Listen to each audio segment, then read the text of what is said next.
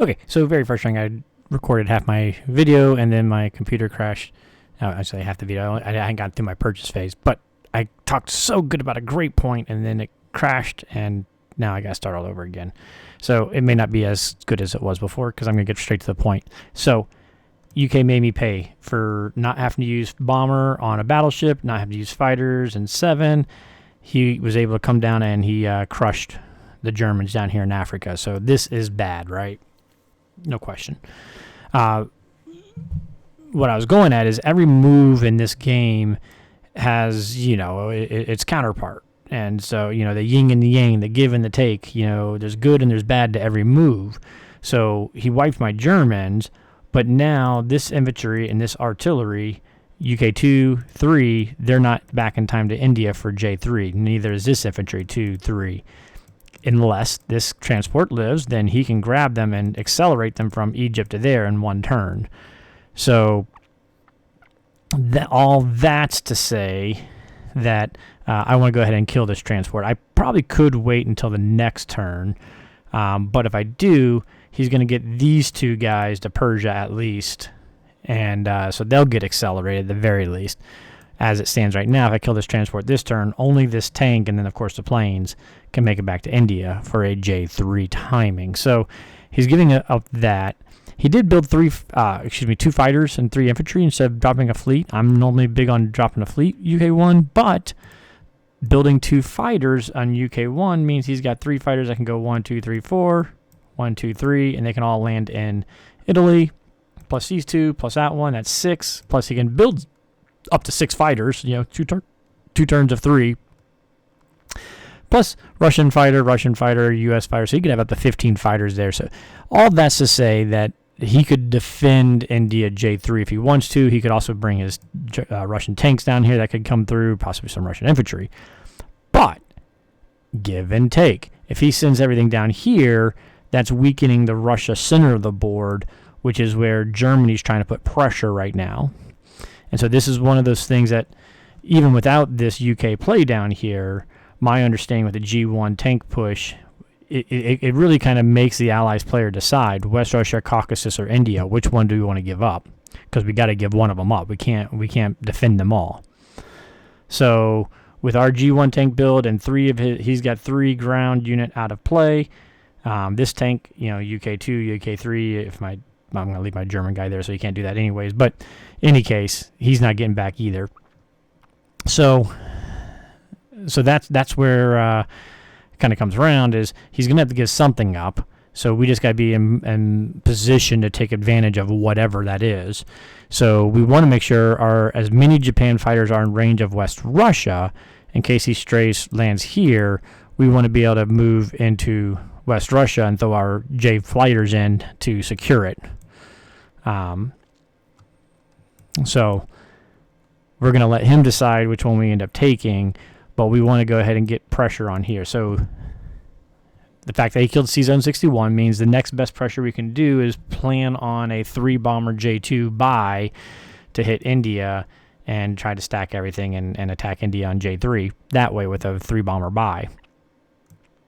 Problem with the 3-bomber buy, then I can't buy my tank, which I normally buy in round 1. I normally do 3 transport, 1 infantry, 1 tank. You have to downgrade the tank to an artillery so that you save 2 IPC in order to have 36 for buying 3 bombers on J2. Fast story of that. So basically, we've taken the tank down to an artillery. Attack strength of both those are essentially the same. My attack strength number of 5 is the same. So, that nothing really changed there. But what that means is that's one less, because we will be landing here on J2. The artillery have to take a transport to make it to India, whereas a tank can blitz straight through, assuming we take Burma. So that'll make it be where, we can't really...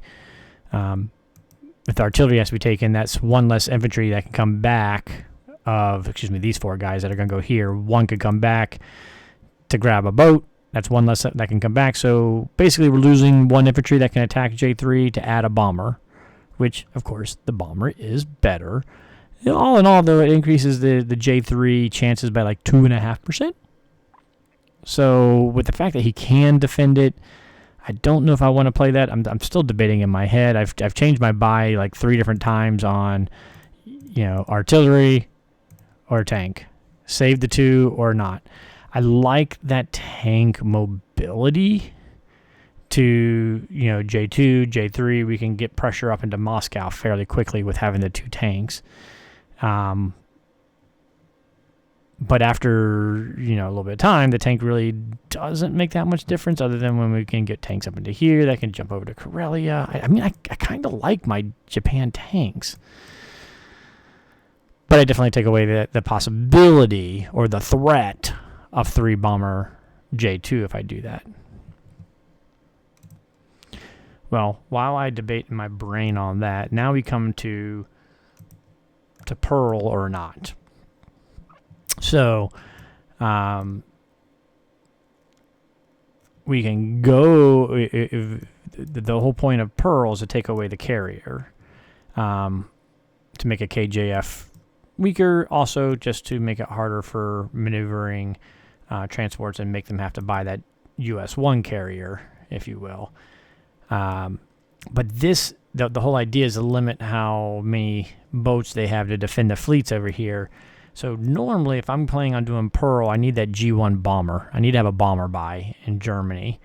And with buying all that money, spending all that money on tanks, I don't know that I'm going to splurge on a bomber later. So it kind of loses the value of taking away fleets that can defend transports over here. And as y'all saw last time, I almost kind of invite them into a KJF. I'd rather people go into a KJF, so leaving it there, if that invites him to a KJF, great. So I think I'm going to leave it. The thing that's going to, because I want to kill this transport, it's going to prevent me from being on a dead zone 45, which is going to hurt that whole J3 defense. So that's the downside. And the reason I say that is because if I don't kill Pearl, then I got to have fleet back here to support them. And I can't get enough fleet in range of 45 to attack these 3 and these 2, coming back into here. I can't get enough there. I'll have 2 fighters on a carrier that could get over here, but this carrier's fighter is going to be sitting over here. They can't reach unless I park the carrier not in C-Zone 61 or 60 or 62, but I need the battleship destroyer out here to protect the new transports. So, all that J3 pressure on India is kind of dissolving at the fact that we can't really continue to sustain the pressure through everything. So, all that says that leans me towards I'm going to just keep my tank because I like my tanks. I'm just going to select it before I can change my mind. There we go. It's done. We could consider Pearl extra light, only sending 4 units. That's a possibility. To just try and get that carrier out, and that would, take out any of the U.S. fighters going through Australia to India. So maybe we'll consider that. We'll think about that. Let's move a guy that way. Let's move these guys this way, which means, I guess that's the other option, as I could go for Sichuan, but then I'm using these guys up, which are potential attackers for the J3, just to try to get that one fighter. So I think I'm going to hold off on that idea.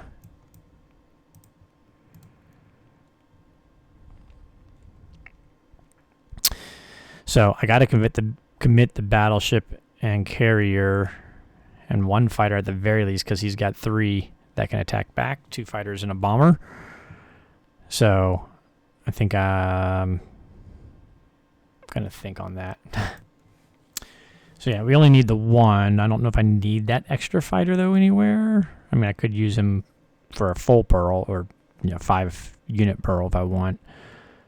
But I don't think I really want to do that, to be honest.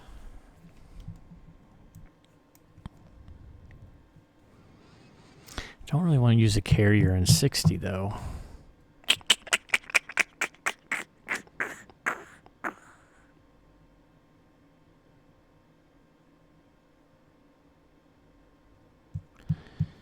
Eensy, meensy, mindsy, mo.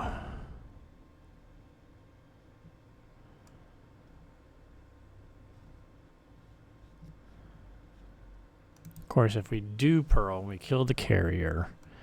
Bomber. UK bombers over here. 1, 2, 3, 4, 5. Doesn't do any good. So if we kill the fighter, we're okay. I mean, if we kill the carrier, excuse me.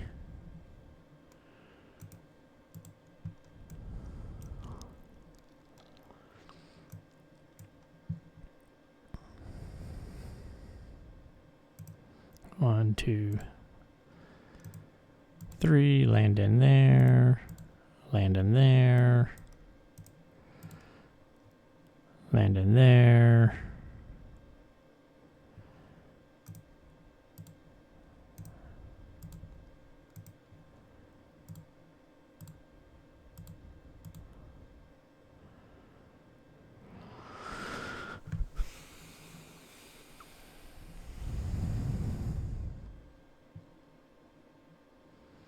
So 1, 2, 3, 4. Worst case scenario.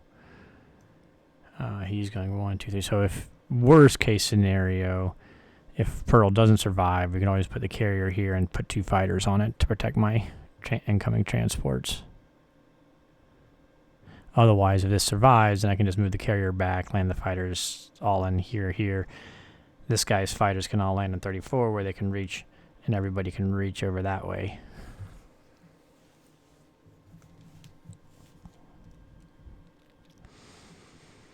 So we got the battleship destroyer going here, right? Okay.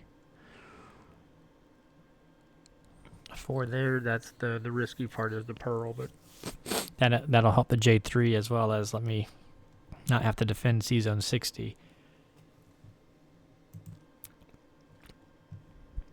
So, all right, we're going with it. My Axis play is rusty.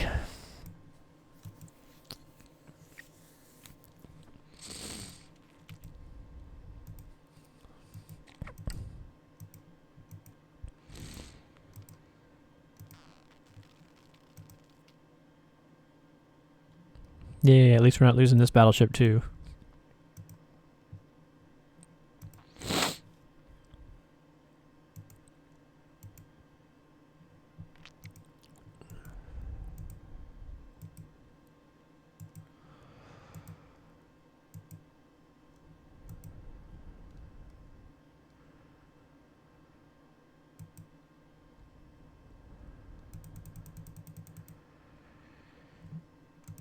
You know what I forgot? I forgot to leave a man for Kwang Tung. So I'm going to have to land fighters by themselves. And let them be vulnerable to a 2 infantry, 1 artillery attack. Or 1 fighter attack. Man, I can't speak today. That's what I forgot to do. Keep one of these guys back.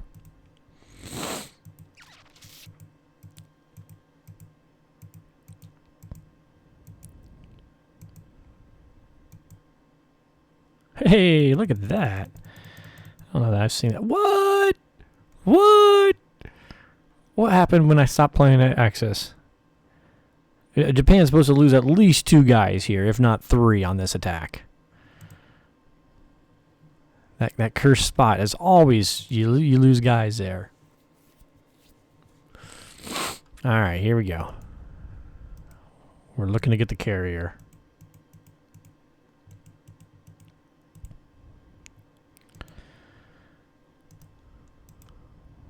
Whiff, good. 1, 2, 3. Ooh, 4 hits. Nice. 2 hit backs. He can have the boats.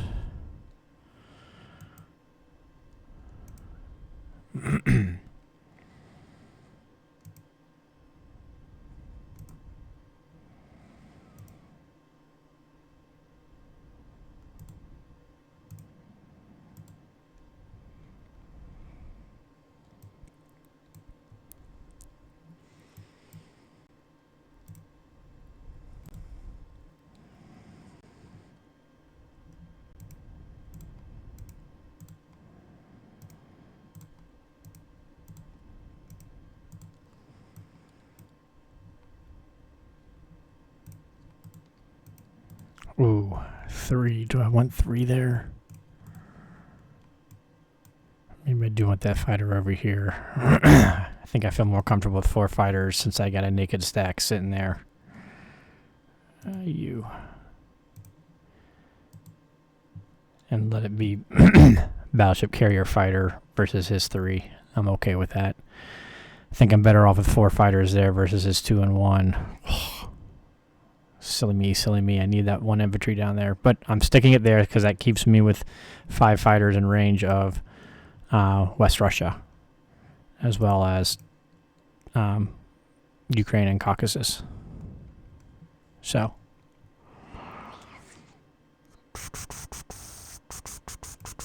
Cleared that.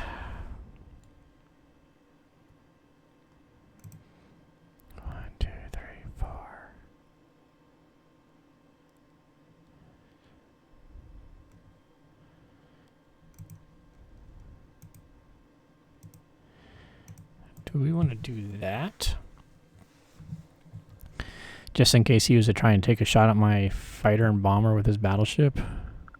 That let me have a send a carrier and a couple fighters.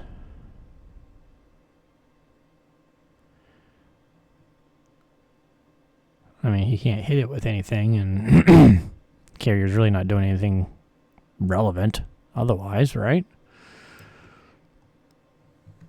This guy can go 1, 2, 3. Can't land anywhere. Bomber can go 1, 2, 3, 4.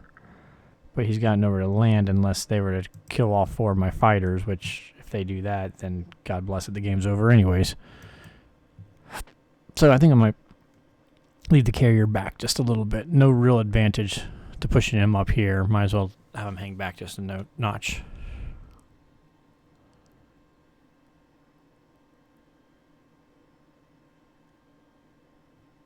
Alright.